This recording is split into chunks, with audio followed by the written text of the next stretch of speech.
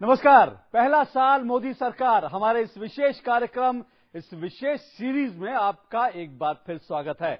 आप जानते हैं कि इस कड़ी में हम लगातार पड़ताल कर रहे हैं केंद्र की नरेंद्र मोदी सरकार के पहले साल के कामकाज का। 16 मई 2014 को लोकसभा चुनाव के नतीजे सामने आए थे और 26 मई को नरेंद्र मोदी ने प्रधानमंत्री पद की शपथ ली थी। जिस वक्त इस सरकार ने देश की बागडोर संभाली, उस वक्त नई सरकार के सामने सबसे बड़ी चुनौती क्या थी? बिना शक ये कहा जा सकता है कि सरकार के सामने सबसे बड़ी चुनौती थी देश की अर्थव्यवस्था को पटरी पर लाना, यानी डगमगाती विकास दर को बुलंदी की ओर ले जाना।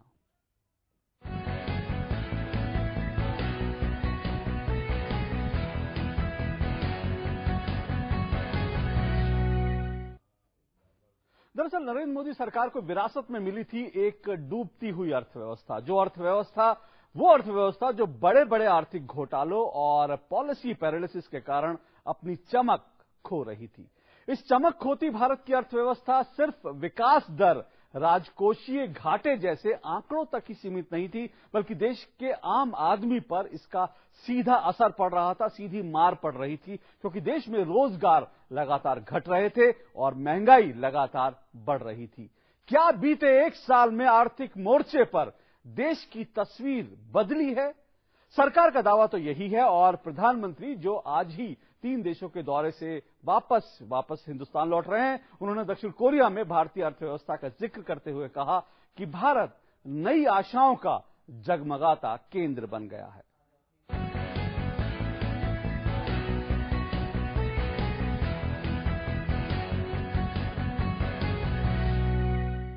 जितनी ग्लोबल रेटिंग इंस्टीट्यूशंस है, चाहे वर्ल्ड बैंक हो, आईएमएफ हो, रेटिंग एजेंसीज अदर और हो, मूडी जैसे संस्थाएं हो, सबने पिछले 2-3 महीनों में अलग अलग जगह पे, अलग अलग फोरम में एक स्वर से कहा है कि भारत दुनिया की सबसे तेज गति से आगे बढ़ने वाली इकोनॉमी है।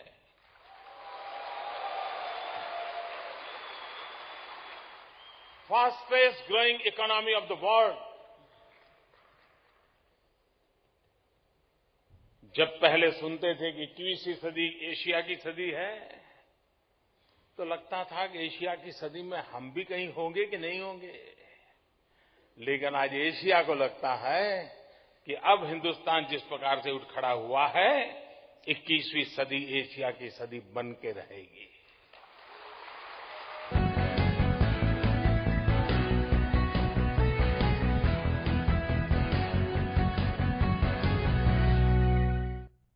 तो इस सरकार का दावा है, देश के प्रधानमंत्री का दावा है कि भारत इस वक्त दुनिया की तमाम आशाओं का केंद्र बन गया है। और आज के इस कार्यक्रम में हम इसी दावे की पड़ताल करेंगे हमारे संवाददाताओं की फैक्ट्स रिपोर्ट, और उन रिपोर्ट्स को गहराई से समझने के लिए हमारे साथ स्टूडियो में लगातार मौजूद रहेंगे डॉक्टर अरविंद विरमानी साहब, जो कि देश के मुख्य आर्थिक सलाहकार रह चुके हैं, जाने माने अर्थशास्त्री। बहुत बहुत शुक्रिया आपका हमारे साथ जुड़ने के लिए। और सबसे पहले हम जब कार्यक्रम की शुरुआत करते हैं तो एक रिपोर्ट देखते हैं कि दरअसल 5% से कम विकास दर की अर्थव्यवस्था को एक साल में यह सरकार दरअसल कहां तक ले आई है।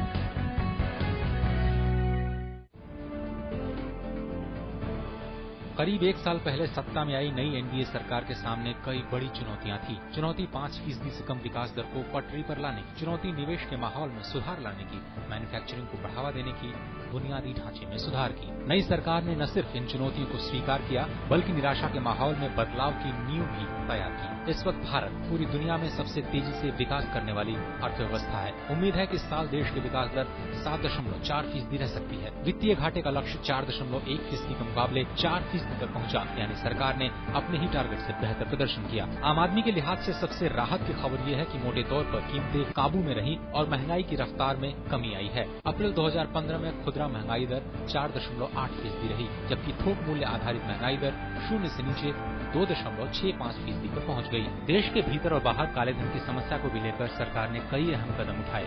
एक समय सीमा दी जाएगी और उस समय सीमा में जिसको कि कंप्लायंस विंडो कहते हैं, वो व्यक्ति घोषणा कर दे कि ये मेरी संपत्ति या ये मेरी आमदनी बाहर है, और उस कंप्लायंस विंडो के तहत समय दिया जाएगा उसके ऊपर टैक्स और पेनल्टी देने का। अप्रैल 2014 से देश में 55 अरब डॉलर की विदेशी मुद्रा आई है, जो अभी 340 अरब डॉलर के स्तर पर है। आयात निर्यात में संतुलन की स्थिति को बताता चालू खाता घाटा भी 2014-15 में जीडीपी का 1.3% रह सकता है, जबकि आरामदायक स्थिति 2 से 2.5% होती है। अप्रैल 2015 में वैश्विक रेटिंग एजेंसी मूडीज ने भारत के आउटलुक को स्टेबल से पॉजिटिव कर दिया। सरकार ने फैसले लेने की प्रक्रिया को पारदर्शी बनाया, कोयले और दूरसंचार नीलामी की प्रक्रिया को आसान और भ्रष्टाचार मुक्त बनाया और कारोबार के माहौल को आसान बनाया, जिसने अर्थव्यवस्था में निराशा के माहौल को वापस पटरी पर लाने की दिशा स्पष्ट नजर आ रही है। Ajay Mishra, DD news, Delhi.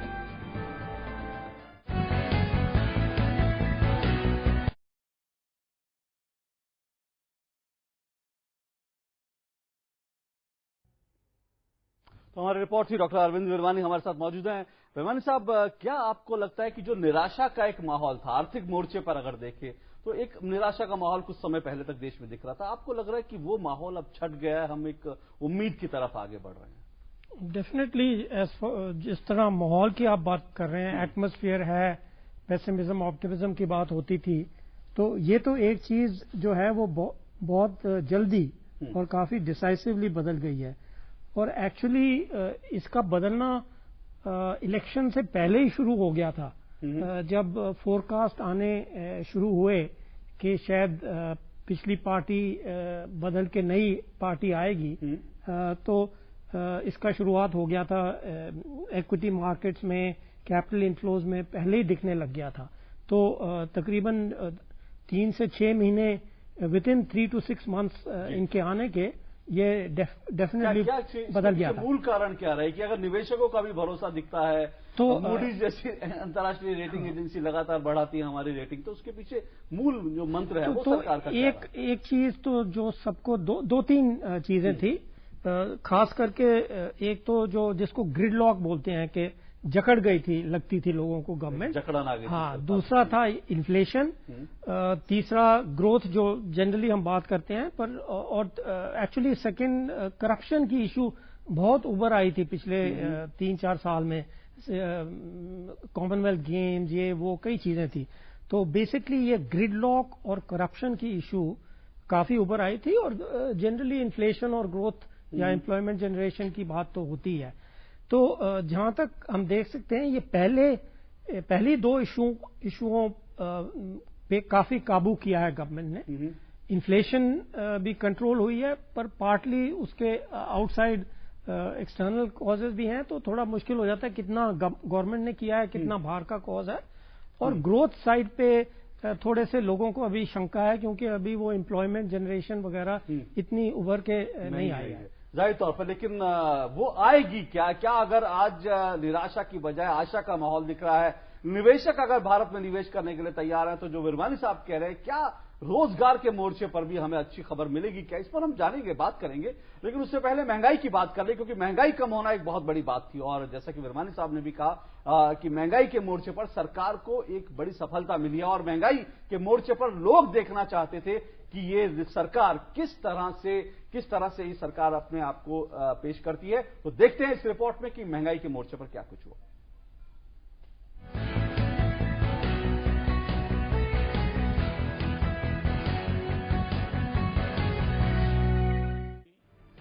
पिछले साल जब मोदी सरकार ने 26 मई को शपथ ग्रहण की थी, तब देश में आम लोगों की आंखों में इस बात की उम्मीद थी कि अब महंगाई के घोड़े की रफ्तार जरूर थमेगी। अब जब मोदी सरकार को 1 साल पूरा हो रहा है, तो ये कहना गलत नहीं होगा कि मोदी सरकार इन तमाम उम्मीदों पर खरी उतरी है। हाल ही में जारी हुए आंकड़े बताते हैं कि लोगों को पहले के मुकाबले महंगाई दर में राहत मिली है। उपभोक्ता मूल्य सूचकांक पर आधारित महंगाई दर इस साल अप्रैल में पिछले साल के मुकाबले आधी ही रह गई है। अप्रैल 2015 में ग्राहकों को सीधे प्रभावित करने वाली ये दर 4.87% रही, जबकि पिछले साल इसी दौरान ये दर इससे 2 गुना 8.48% थी। पिछले एक साल में महंगाई दर में कमी आई है, कई चीजों के दाम गिरे हैं, लेकिन जमीनी स्तर पर क्या असर हुआ है, आइए जानते हैं दिल्ली के लोगों से। पिछले साल से अब की साल में बहुत कम कीमत है। टमाटरों की, प्याज की, आलू की, भिंडी, टिंडे, तोरी, करेले, गोभी, मटर, सब चीज की कीमत कम है। कांग्रेस की अपेक्षा मोदी के शासनकाल में बहुत ही अच्छा होगा। जो देश 60-65 साल पीछे चला गया है उसको पटरी पे लाने के लिए समय लगेगा, नहीं लगेगा। रातों रात को मोदी को जादू की छड़ी तो है नहीं, अलाउद्दीन का चिराग। जो लास्ट ईयर था उसके अंदर एकदम से महंगाई बढ़ी थी। अब इस साल जो भी, मैं ये नहीं कह रहा कि मोदी आया या वो आया, जो आया थोड़ा फर्क है महंगाई के अंदर। हमें हर चीज उपलब्ध है और ठीक रेट पे। एकदम ऐसा नहीं हुआ कि ब्लैक मार्केटिंग हो गई, प्याज उड़ गया मंडी से, या कोई फल का रेट एकदम ऊपर हो गया, 100 से ऊपर हो गया, ऐसा कुछ नहीं हुआ इसमें। आपको ये बताना जरूरी है कि 2012 से 2015 तक महंगाई दर औसतन 8.69% रही है, यानी ताजा महंगाई दर इससे भी आधी है। पिछले एक साल में सबसे कम महंगाई दर नवंबर 2014 में दर्ज की गई, जो महज 4.38% रही, जबकि इससे एक साल पहले यानी नवंबर 2013 में ये काफी ज्यादा 11.16% थी। अगर ताजा हालात की पड़ताल की जाए तो ये साफ है कि महंगाई पिछले 8 महीने से ये 4 से 6% के बीच ही है। सिर्फ यही नहीं, रिटेल महंगाई दर में गिरावट के बाद पिछले हफ्ते आए अप्रैल के थोक महंगाई आंकड़ों में भी कमी दर्ज हुई है और ये 0 से भी नीचे है। अप्रैल में थोक महंगाई दर नकारात्मक 2.65% हो गई है, जबकि मार्च में ये दर नकारात्मक 2.33% थी। वाणिज्य मंत्रालय के आंकड़ों के मुताबिक थोक महंगाई दर में लगातार 6ठे महीने गिरावट दर्ज की गई है। थोक महंगाई दर में गिरावट के लिए तेल के दामों में कमी, खाने पीने की वस्तु और गैर खाद्य वस्तुओं की कीमतों में कमी बड़ी वजह रही। यही नहीं, EMI का बोझ पहले ही एक बार कम हो चुका है। इन आंकड़ों के बाद एक बार फिर से रिजर्व बैंक पर ब्याज दर कम करने का दबाव बढ़ने लगा है और अगर ब्याज दरें कम हुई तो आम लोगों पर EMI का बोझ और भी कम हो जाएगा। Rahul Gupta, DD news.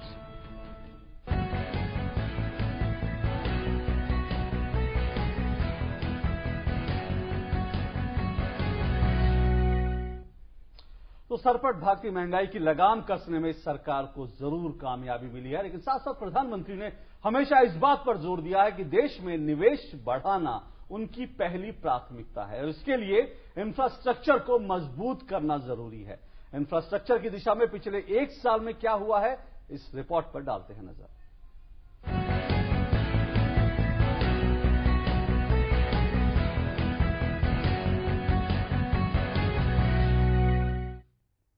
केंद्र की सत्ता संभालते ही प्रधानमंत्री नरेंद्र मोदी ने देश को विकास का एक रोड मैप दिया। इस रोड मैप के केंद्र में था देश में निवेश के स्तर को बढ़ाना ताकि चौतरफा विकास हो सके। इंफ्रास्ट्रक्चर यानी आधारभूत संरचना विकास की बुनियाद होती है, या कहें कि विकास का इंजन होता है। यही कारण है कि वित्त मंत्री अरुण जेटली ने इस वर्ष के बजट में इंफ्रास्ट्रक्चर पर पिछले वित्त वर्ष के मुकाबले 70,000 करोड़ रुपए अधिक प्रावधान किया है। इस वर्ष के बजट में वित्त मंत्री अरुण जेटली ने रेलवे पर पिछले वित्त वर्ष के मुकाबले 10,000 करोड़ रुपए अतिरिक्त का प्रावधान किया है। देश के रेल नेटवर्क में भी इस वर्ष उल्लेखनीय प्रगति हुई है। वर्ष 2014-15 में 1983 किलोमीटर लंबी रेलवे लाइन डाली गई है। किसी एक वर्ष में नई रेलवे लाइन का यह रिकॉर्ड है। इसी तरह वर्ष 2014-15 में 1375 किलोमीटर लंबे ट्रैक का विद्युतीकरण किया गया है। यह भी आजादी के बाद का एक साल में किए गए विद्युतीकरण का रिकॉर्ड है। इस तरह राजमार्गों के विकास में भी उल्लेखनीय प्रगति हुई है। वित्त मंत्री ने इस वर्ष के बजट में सड़क और राजमार्गों के लिए बजट में पिछले वित्त वर्ष के मुकाबले 14,000 करोड़ रुपए का अतिरिक्त प्रावधान किया है। जहां पहले मात्र 2 किलोमीटर प्रतिदिन के हिसाब से राजमार्गों का निर्माण होता था, इस वर्ष 12 किलोमीटर प्रतिदिन के हिसाब से सड़कों का निर्माण हुआ है। बंदरगाहों में खासी तरक्की हुई है। शिपिंग कॉरपोरेशन ऑफ इंडिया ने पिछले 3 सालों में लगातार घाटे में रहने के बाद इस साल पहली बार मुनाफा कमाया है। बंदरगाहों से माल की ढुलाई में 8% की वृद्धि हुई है। पिछले साल इस क्षेत्र में 4% की ही वृद्धि हुई थी। बड़े बंदरगाहों ने अपने माल ढोने की क्षमता में 71 MTPA का इजाफा किया है, जो एक वर्ष में पिछले किसी भी वर्ष का अधिकतम है। विकास को गति देने के लिए बिजली की उपलब्धता बेहद अहम है। इस दिशा में सरकार ने कई अहम फैसले किए हैं। केंद्र ने 4,000 मेगावाट क्षमता के 5 अल्ट्रा मेगा पावर प्लांट के निर्माण का फैसला किया है। इस वर्ष बिजली उत्पादन क्षमता में 22,566 मेगावाट की वृद्धि हुई, जो एक रिकॉर्ड है। बिजली के मामले में मांग और आपूर्ति के बीच अंतर में इस वर्ष 3.6% की रिकॉर्ड कमी दर्ज की गई। गांवों के विद्युतीकरण के मामले में इस वर्ष खास प्रगति हुई है। 15,000 गांवों के विद्युतीकरण के लक्ष्य के मुकाबले 15,600 से अधिक गांवों का विद्युतीकरण किया गया है। इंफ्रास्ट्रक्चर के आंकड़े आश्वस्त करते हैं कि देश तेजी से बुलंदी की ओर बढ़ रहा है। Bureau report, DD news.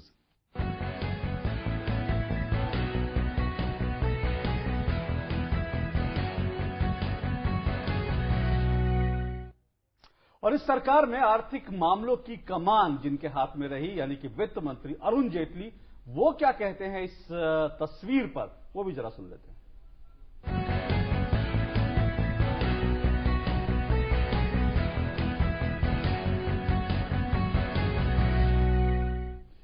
सिंचाई में पैसा नहीं लग रहा था और देश का किसान एक कृषि के संकट के दौर से गुजर रहा है और वहां भी आपको इरिगेशन पे पैसा खूब खर्चना है।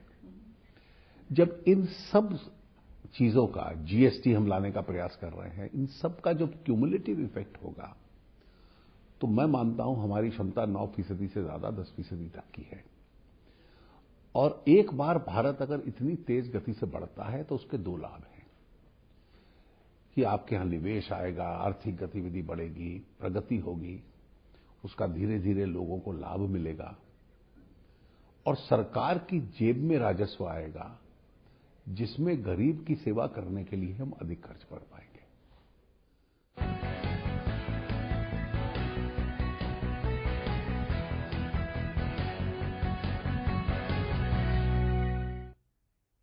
वित्त मंत्री अरुण जेटली थे। अरविंद विरमानी साहब हमारे साथ बने। डॉक्टर अरविंद विरमानी, जो वित्त मंत्री कह रहे थे कि क्षमता जो है 9% की बात जो कर रहे थे, वो बहुत दूर की कौड़ी लगती है, आपको लगता है कि अचीव की जा सकती है?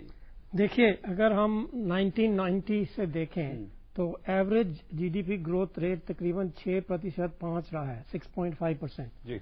पर ये आस्ते आस्ते बढ़ रहा था, फिर पिछले 2-3 सालों में गिर गया।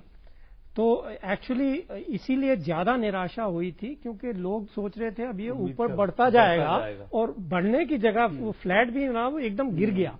तो that is part of the reason people were very offended, या जो भी कह सकते हो आप। तो क्वेश्चन है, मेरे ख्याल में ये हमें पार्टली इसकी प्रॉब्लम थी कि लोग सोचने लगे कि 8.5, 9, 10% तो हमारा बर्थ राइट है। ऐसे दुनिया में ग्रोथ नहीं होती। कॉन्स्टेंटली उसके ऊपर ध्यान रखना पड़ता है, चीजें करनी पड़ती हैं। जब शॉक्स होते हैं, एडवर्स शॉक जिसको कहते हैं, कोई गड़बड़ हो जाती है बाहर से, अंदर से, वर्षा की प्रॉब्लम, तो उन पे ध्यान रखना पड़ता है और कांस्टेंट करेक्टिव एक्शन लेनी पड़ती है। तो इसलिए मैं थोड़ा सा कॉशन करूंगा, पहले हमें 8% पे स्टेबल 8% 2-3-4 साल अगर करेंगे, उसके बाद थोड़ा ऊपर देखना चाहिए। और इसमें जो इंफ्रास्ट्रक्चर है उसकी कितनी बड़ी भूमिका रहेगी? हम रेलवे की बात कर रहे हैं, पोर्ट की बात कर रहे हैं। रेलवे हम देख रहे थे, लगातार रेलवे को लेकर एक नया विजन फिलहाल दिखाई दे रहा है। क्या आपको लगता है ये इंपॉर्टेंट होगा? नहीं, हाँ, वो डेफिनेटली इंपॉर्टेंट है। इस गवर्नमेंट में थोड़ा सा जो सेंट्रल इंफ्रास्ट्रक्चर चीजें हैं जो सेंट्रल के कंट्रोल में है, जैसे रेलवे और पोर्ट्स और इनलैंड वाटरवेज, उस पर थोड़ा ज्यादा ध्यान हो रहा है पहले की तरफ। इसका एक्चुअली फायदा है क्योंकि सेंट्रल गवर्नमेंट की ऑर्गेनाइजेशन है Indian railways, central government directly control. अब आप इलेक्ट्रिसिटी की बात करें तो कितने सारे राज्य हैं, 29 राज्य हैं, तो वो जरा ज्यादा मुश्किल होता है। तो ये अच्छा आइडिया है। जब थोड़ा जो हमने कहा ग्रोथ गिरी है, तो अगर फोकस हमारा सेंट्रल गवर्नमेंट की जो चीजों पे है उस पर ज्यादा जल्दी। शिपिंग कॉर्पोरेशन को हमने देखा 3 साल में पहली बार वो फायदे में आया। आपको लगता है पोर्ट एक ऐसी चीज है जिस पर कि हमने शायद उतना ध्यान नहीं दिया? बिल्कुल सही बात है। जो बजट में एक उन्होंने वित्त मंत्री ने बोला था कि पोर्ट ट्रस्ट को वो इनकरेज करेंगे कि प्राइवेट पार्टीज को करके इफिशिएंसी बढ़ाएं, कंपटीशन बढ़ाएं। ये बहुत अच्छा आइडिया है, पर अभी तक मैंने देखा नहीं है। शायद कुछ दिनों में hopefully in the next 6 months इसको इम्प्लीमेंट करना शुरू करेंगे। डॉक्टर विरमानी, अगर आपको ग्रोथ चाहिए तो आपको उसके लिए एनर्जी की जरूरत है, ऊर्जा की जरूरत है, बिजली की जरूरत है। जो ऊर्जा मंत्री हैं पीयूष गोयल साहब, वो कहते हैं कि 2017 तक हम 24/7 जो है पूरे देश में बिजली दे पाएंगे। जो घाटा था, बिजली की कमी थी, वो भी कम हुई है। इस मोर्चे पर आपको लग रहा है सरकार? हाँ, इसमें दो चीजें हैं। एक तो जो इनपुट्स होते हैं, जैसे कोल की बात है, उसमें जो रिफॉर्म आया है ये बहुत अच्छी चीज है, क्योंकि ये बेस प्रिपेयर हो गया है अब तकरीबन। ऑक्शन शुरू हो गई हैं और अच्छी तरह ट्रांसपेरेंट हुई हैं, और अब इसमें प्राइवेट एंट्री और कंपटीशन बहुत इंपॉर्टेंट है, क्योंकि जब मोनोपोलीज होती हैं तो कुछ ना कुछ इनएफिशिएंसी जरूर आ जाती है। तो जो अब ये नया लॉ है उसमें कंपटीशन भी आएगा, तो ये एक चीज तो संभल गई है। पर उसके ऊपर और दूसरी चीज है कि एक्चुअली जो पावर प्लांट्स बने हैं वो इतना बुरा नहीं था। That is one of the very good thing. जो आईआईपी में आप देखें तो एक चीज जो अच्छी चल रही है वो इलेक्ट्रिसिटी है। तकरीबन एग्जैक्ट मुझे याद नहीं है, 6.7% एवरेज ग्रोथ है काफी सालों से। तो इसको कंटिन्यू करना डेफिनेटली पड़ेगा, क्योंकि जैसे जो एम्बिशियस प्लान्स हैं कि हर रूरल एरिया में रूरल डेवलपमेंट के लिए वो बहुत चैलेंजिंग होगा। वो चैलेंज, इसमें एक चुनौती जो है सड़क, अगर की बात करें, रोड ट्रांसपोर्ट की बात करें, जो पहले आंकड़े आ रहे थे कि 2 किलोमीटर हम अब सड़क बना रहे हैं, अब सरकार का दावा है कि 12 किलोमीटर हर रोज सड़क बन रही है। आपको लग रहा है ये रफ्तार हमें 9% की जो हम बात कर रहे हैं उसको अचीव करने के लिए पर्याप्त है क्या? देखिए, जो 9% की बात होती है वो सस्टेनेबिलिटी की बात होती है। दुनिया में हजारों कंट्रीज हैं जो एक साल या 2 साल 9 पे गई, 10 पे फिर नीचे आते हैं। तो सस्टेन करना बड़ा इंपॉर्टेंट है। सड़क का क्या? तो अगर सड़क का भी वही रोल है, आप वो सस्टेन्ड वे में बनाते रहेंगे उतने स्पीड पे और शायद थोड़ा बढ़ा भी देंगे, फिर अगेन वी कैन से।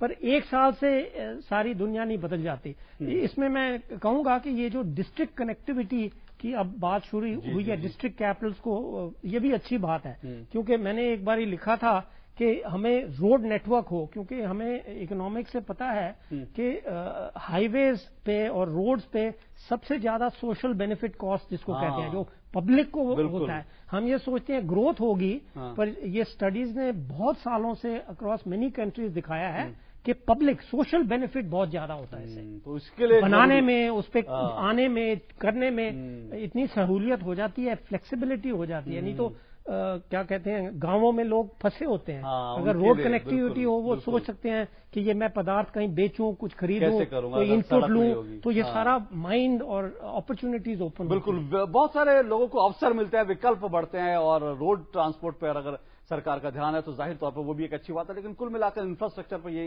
रफ्तार सरकार को लगातार बनाकर रखनी पड़ेगी। और अगर इस सरकार की बात करें तो बड़े बड़े कारोबारी आए और वो लगातार प्रधानमंत्री नरेंद्र मोदी से मिले, और लगातार कारोबारियों का आना, देश के दुनिया के बड़े बड़े उद्योगपतियों का, सीईओज का आना और प्रधानमंत्री से मिलना, भारत में निवेश की संभावनाएं तलाशना, ये एक भारत के बदलते भारत की एक नई तस्वीर पेश कर रहे हैं आर्थिक मोर्चे पर। कैसे, देखते हैं इस रिपोर्ट में।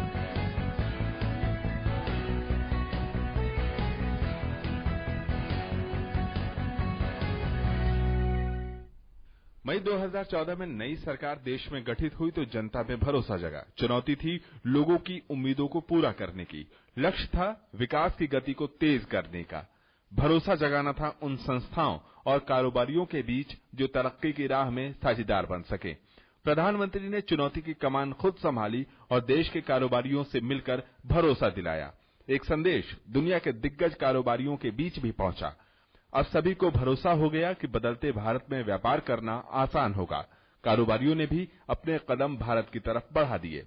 अमेरिकी दौरे पर विश्व की 11 प्रमुख कंपनियों के सीईओ से मुलाकात की, जिनमें पेप्सिको सीईओ इंदिरा नूई और बोइंग के CEO James McNerney, IBM CEO Virginia Rometty शामिल थे। ये मुलाकात देश में इंफ्रास्ट्रक्चर और रोजगार सृजन करने में अहम मानी गई। एक सकारात्मक संदेश के साथ प्रधानमंत्री दुनिया के देशों में इसी तरह से कारोबारियों के बीच गए और एक नए भारत को बनाने के लिए सभी ने भागीदारी करने में उत्साह और उत्सुकता दिखाई। प्रधानमंत्री के ऑस्ट्रेलिया, यूरोप के दौरे में भी कारोबारी देश में मौजूद संभावनाओं के मद्देनजर जोश के साथ मिले। बदलते माहौल में पूर्वी एशिया के देश चीन और दक्षिण कोरिया के कारोबारियों से मुलाकात भी इसी कड़ी का हिस्सा है। दक्षिण कोरिया में प्रधानमंत्री से एलजी, सैमसंग और हुंडई जैसे कंपनियों के अध्यक्षों ने मुलाकात की और भारत में निवेश बढ़ाने पर उत्सुकता दिखाई। देश में रोजगार के अवसर बढ़ाने, निर्माण क्षेत्र को पंख देने और आधारभूत संरचनाओं को दुरुस्त करने के लिए निवेश जरूरी है। नए उद्योगों का स्थापित होना जरूरी है और भारत के बदलते माहौल में विश्व के बड़े कारोबारियों का निवेश के लिए आतुर होना देश के प्रत्येक नागरिक के जीवन स्तर को सुधारने में भी मददगार होगा।